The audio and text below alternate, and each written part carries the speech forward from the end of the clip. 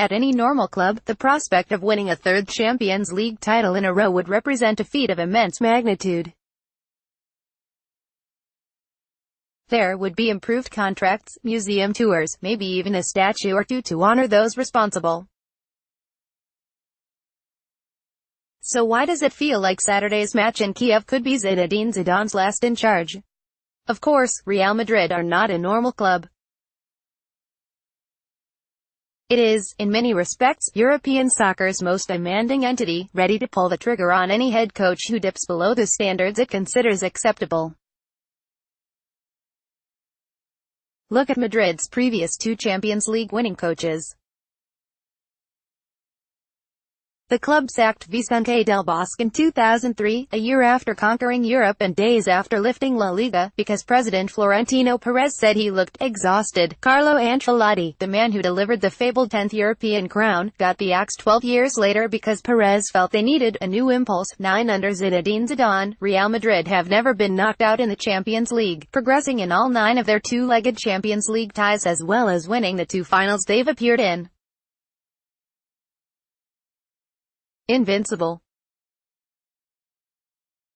Pic.twitter.com/Autuazis4L, OptaJose, @OptaJose. The 1st of May 2018. Perez is undeniably a theme, and it is not hard to imagine he could have sent Zidane packing much earlier this season, given the club's wretched title defense, if the former France star did not command such respect at the Santiago Bernabeu. The fact is, Zizou's position looks more unsure than it ever has in his nearly 3 years in charge, and there is a chance that even beating Liverpool will not be enough to save him. If that happens, Perez would not be entirely blameless, no matter what his excuses might be this time. The numbers say sacking Zidane would be ludicrous. Madrid has won 103 and lost only 16 of the 148 matches it has played under him in all competitions. It has scored 390 goals in that time, conceding 159, a rough average of a 3-1 win per game. Madrid has won back-to-back Champions Leagues, the first team to do so, as well as 1 La Liga title, 2 UEFA Super Cups, 2 Club World Cups and 1 Supercopa de España. Even on the Madrid barometer, that's a spectacular return for under 3 years' work. At Cristiano, at Gareth Bale 11, at Sergio Ramos, at Benzema. Which of these? When he took over a squad made deeply irritable by Rafael Benitez's tinkering, he made the players a simple bargain: work hard, then work harder, and results will follow. Even before the 2016 Champions League final, won on penalties against Atletico Madrid, Zidane said at a pre-match news conference that the secret to victory was to run, run and run. That ethos permeated last season. Late goals against the likes of Sporting Gijón, Valencia, Real Betis and Las Palmas helped Real Madrid to a first league crown since 2012. Zidane's side blew away teams like Napoli, Bayern Munich and Juventus in the Champions League with second-half onslaughts. The notoriously volatile dressing room had become an example to the rest of the world in how not to give up a fight.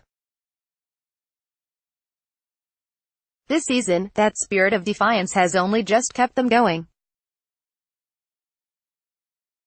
Whereas in the past, the team's tactics and talent were almost beyond question and its mentality the sticking point, there has been a bizarre reversal. Madrid too often now looks like a collective of exceptional players, hardworking and harder-minded, but thrown onto the pitch in a shapeless mass and expected to dig out a win. Mario Mandzukic 2017, Vladimir Smyser 2005, Zinedine Zidane 2002. Great. Favorite. Pic.twitter.com/FDeldGeckosi, UEFA Champions League. At Champions League, May 21, 2018. There is no obvious blueprint, no system to make you think this is a proper Zidane team, the way fans of Jurgen Klopp, Pep Guardiola or, yes, Jose Mourinho might do. There are only so many times you can applaud the European champions for running when they are losing at Girona and Espanyol, drawing with Levante and being knocked out of the Copa del Rey by Leganes. The Champions League has kept their season alive and, with it, Zidane's prospects of a third full season in charge. They have already beaten the champions of France, Italy and Germany to reach this point, hauling their bedraggled-looking selves over the finishing line against the latter two. They believe in a God-given right to win these big matches and are favourites among many to do it against Liverpool. But to build on that success, Madrid might need a fresher mind, a new perspective in the dugout. It would feel grossly unfair to many, but when has that stopped them before?